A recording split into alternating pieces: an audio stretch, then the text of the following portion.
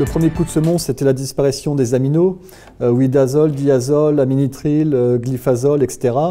Tout ça s'était remplacé globalement par du basta et par du glyphosate. Mais glyphosate, on y reviendra, on commence à toucher en fait le bout pour différentes raisons, qui ne sont pas que techniques.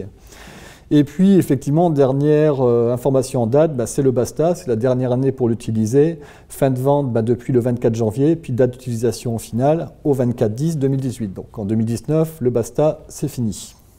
Et je dirais, est-ce qu'il y a un équivalent basta aujourd'hui? Non, il y a simplement des substituts au basta. On va passer en fait d'une stratégie où on désherbait chimiquement vers une stratégie où on fera d'autres techniques alternatives couplées à quelques désherbants chimiques qui vont nous rester pour nous aider. Mais ça ne pourra plus être la stratégie principale. Il est clairement indiqué dans ce rapport que l'objectif pour les cultures pérennes, donc la vigne en fait partie, c'est la sortie des herbicides avec un objectif zéro herbicide.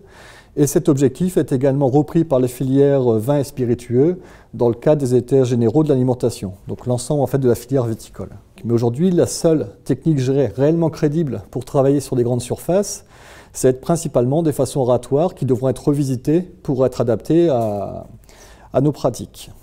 Donc le PhysioCap, c'est quoi? C'est un capteur optique qui compte les bois et qui mesure leur diamètre. Et à partir de ce comptage de bois et de ce diamètre, du coup, on peut donner une estimation de la biomasse. Donc en fait, c'est un peu comme les pesées de bois de taille qu'on faisait, sauf que c'est beaucoup plus direct. L'intérêt vraiment du PhysioCap, c'est de travailler sur des comparaisons. Donc on peut avoir un premier type de comparaison de vigueur interparcellaire.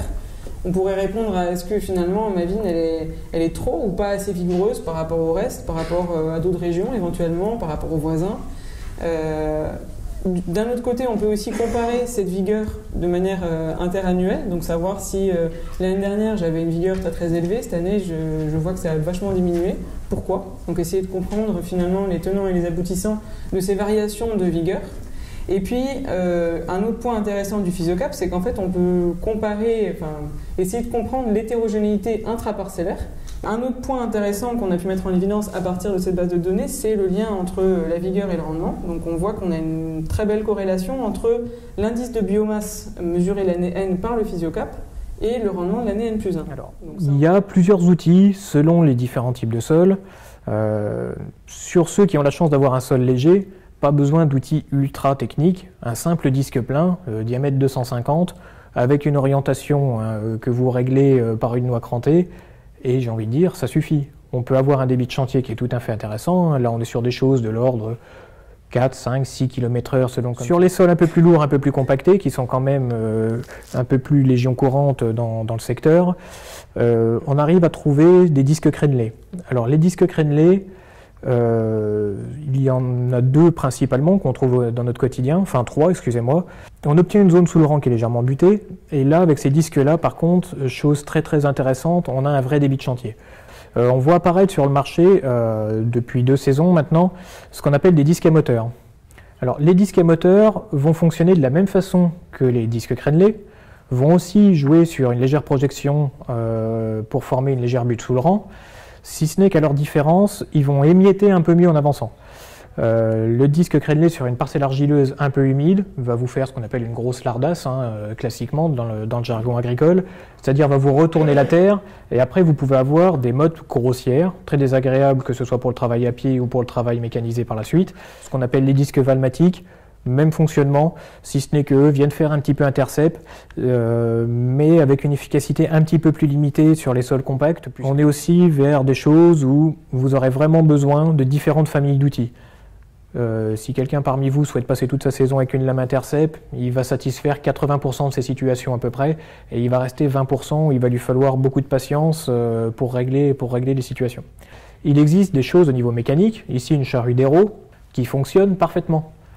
Alors, ça c'est un système qui est encore plus éprouvé que l'ancien, ça il n'y a pas de doute, qui reste relativement simple à mettre en œuvre, puisque là on est sur des ajustements, il n'y a pas de tuyau, il n'y a rien. On parle d'un ajustement d'une largeur sur la gogue pour monter sur le tracteur, et d'une tension de ressort pour décider quelle force vous mettez dans votre lame pour qu'elle s'efface. Mais aujourd'hui, la tondeuse reste l'outil le plus polyvalent et le plus simple à gérer pour aller gérer des bandes d'herbe au quotidien. D'un point de vue stratégie, déjà, la bande d'herbe, oui ou non, à voir. Le niveau de salissement de la parcelle, comme je vous disais, est-ce qu'aujourd'hui vous acceptez de l'herbe ou est-ce que vous acceptez pas d'herbe du tout? Qui va travailler à pied dans les vignes? Est-ce que c'est vous? Est-ce que c'est un prestataire? Est-ce que c'est un tâcheron? Est-ce que vous allez finir seul si vous commencez à passer une charrue? Ou est-ce que le discours est à peu près passé avec les gens qui vous entourent? Et puis finalement, qu'est-ce que vous voulez vraiment obtenir? Il n'y a pas vraiment de règles fixées dans le marbre, c'est ça qui rend le travail du sol intéressant ou complexe. Et au fil du temps, vous verrez que le travail du sol va devenir votre fil rouge. Il doit être le fil rouge pour réussir. Jusqu'à il y a 10 ans, c'était la gestion du mildiou. Maintenant, en tout cas pour la Marne, c'est plutôt la gestion de l'oïdium. Dans l'Aisne, ça se passe encore pas trop mal. Et maintenant, le fil rouge, c'est le travail du sol et on vient calquer le reste dessus.